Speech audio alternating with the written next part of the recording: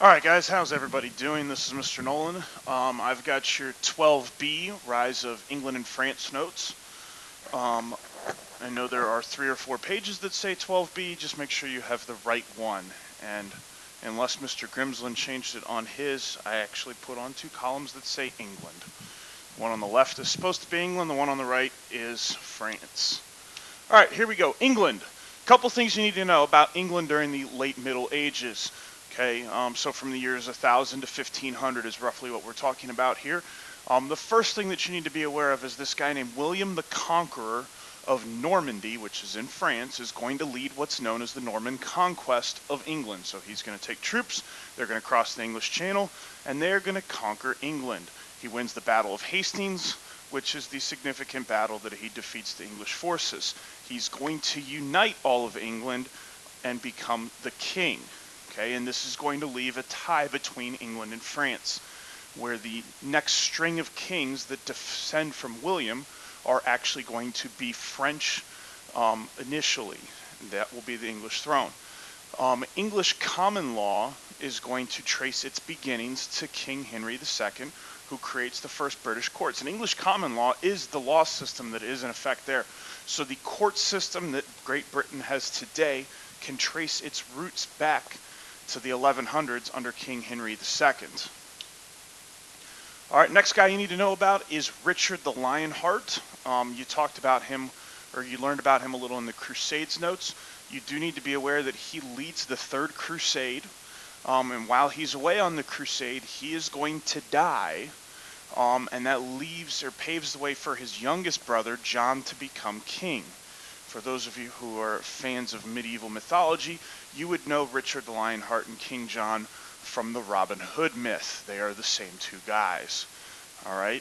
King John eventually is going to fight a bunch of wars with France as the French kings are trying to capture all of that Norman land that the Norman kings of England, so King John and his family, still own at the time. He's fighting a bunch of wars with France, spends a lot of money doing that, and taxes his people a lot. This upsets nobles in England who are going to revolt and force King John to sign the Magna Carta. Okay, the Magna Carta is a very important piece of history and document. It guarantees some rights of free men, like guaranteeing Mr. Nolan the right to spell the word guarantee wrong. It's going to guarantee the rights of free men and create a limited monarchy. So what this means is the king in England no longer has the ability to say and do whatever they want. He can't trample on the rights of his free men. Ladies, sorry, you're still stuck. Slaves, commoners, serfs, no dice. This is guaranteeing the rights of nobles mostly. This is a big thing. It's the first step in the path towards the current British democratic monarchy. Okay, so the current form of government in England is technically a democracy, but it's a democratic monarchy because they still have the king. And you guys all fawn, and the E-News loves the royals, but they have no power now.